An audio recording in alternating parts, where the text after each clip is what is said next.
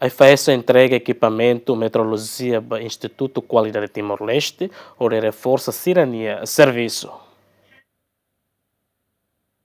Equipamento meteorologia, né? Inspetora-Geral, Autoridade de Inspeção, no Fiscalização, Atividade Sanitária no Alimentar IP, entrega ao Instituto Qualidade Timor-Leste, também instituição, né? No da regulador para certificação laboratório na política e estratégia. A foi entrega equipamento, né? Inspetora-Geral IFAES HTT, equipamento meteorologia, né? Ato reforça serviço Instituto Qualidade Timor-Leste, a localização, não cria padrão para produzir. A IFAES é nessa instituição implementadora, mas a IQTL é nessa instituição reguladora.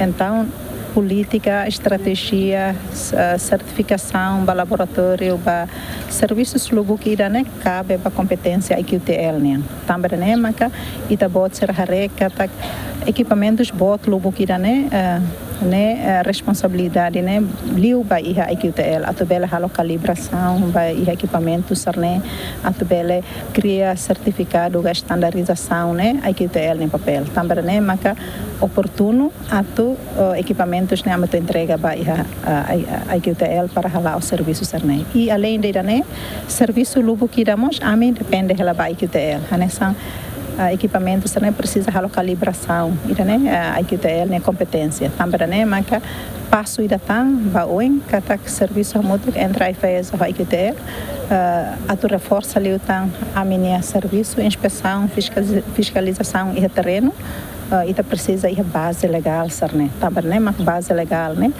pertence a IQTL athala. Além de né, presidente do Instituto Qualidade Timor-Leste informa, atividade meteorologia né, Instituto Qualidade Timor-Leste macaia competência to halau, ono né, equipamento meteorologia né, entrega ao Instituto Qualidade, onde bela reforça sirania serviço e terreno. O decreto-lei número 2040, haruka kata equipamento certificado na IQTL.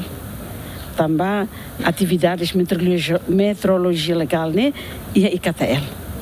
Também a minha aproximação durante tempo semana hirania larang e a me consegue muito com essa a mim toa concordância e da cada tem que que atividade você tem que entrega para a IQTL também atividade de meteorologia legal né IQTL não sei. Equipamento meteorologia ne faz entrega a muita comunidade tolo nulo no equipamento hirakne só orçamento a muito milhão e de recém Dilma Suzeti GMN